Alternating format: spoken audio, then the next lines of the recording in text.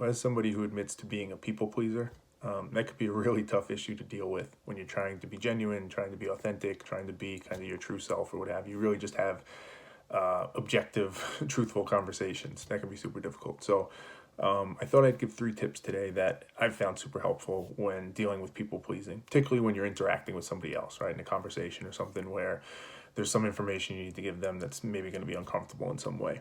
So, tip one, know your objective, right? Know what you're actually trying to achieve from this interaction or this conversation, because all too often for people pleasers, the objective is clear. It's simple.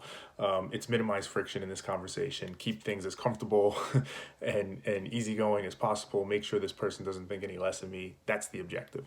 So, if you're going to overcome that, right, if you're going to override that wiring, you need to be really clear, thoughtful, and feel committed to the objective that you do have, right? Again, to get this information communicated, to change their behavior in some way, to change their mind in some way, whatever it is, you need to know what that is. If you're not totally clear, if it's a little bit ambiguous, it's so easy for our minds to just revert back to that other objective of people pleasing, because that's so natural. So, tip one, know your objective. Tip two, beware of what I would call like a kickback effect. So you may conjure up the nerve to say, hey, I'm not going to people please here, right?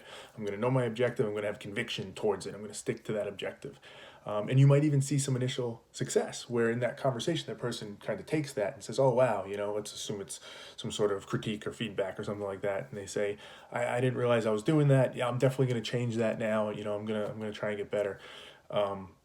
But maybe they don't fully get the message, right? Or they don't fully understand what's off. But because they're now being agreeable, you feel like, geez, I can't keep pressing this, right? Your people pleaser side kicks in. You don't want to come off like you're being too demanding or you're being a jerk in some way. So you'll start to backpedal, right? You'll start to give things back and say, well, it's actually not that bad, or it's not that big of a deal. Don't worry about it too much. Now you've again reverted away from your objective, because of that kickback. Though you had that early success, but avoid or be careful of that kickback where it feels even worse because you got that success. You feel like you're taking advantage of that person. And then the final tip, right? Tip three.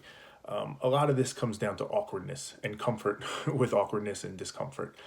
If you think about your options, right, when trying to do this, right, one obvious option is to people please and just tell the person what you think they want to hear and kind of go that route. But we're not doing that, right? We're sticking to our objective. We have conviction towards it.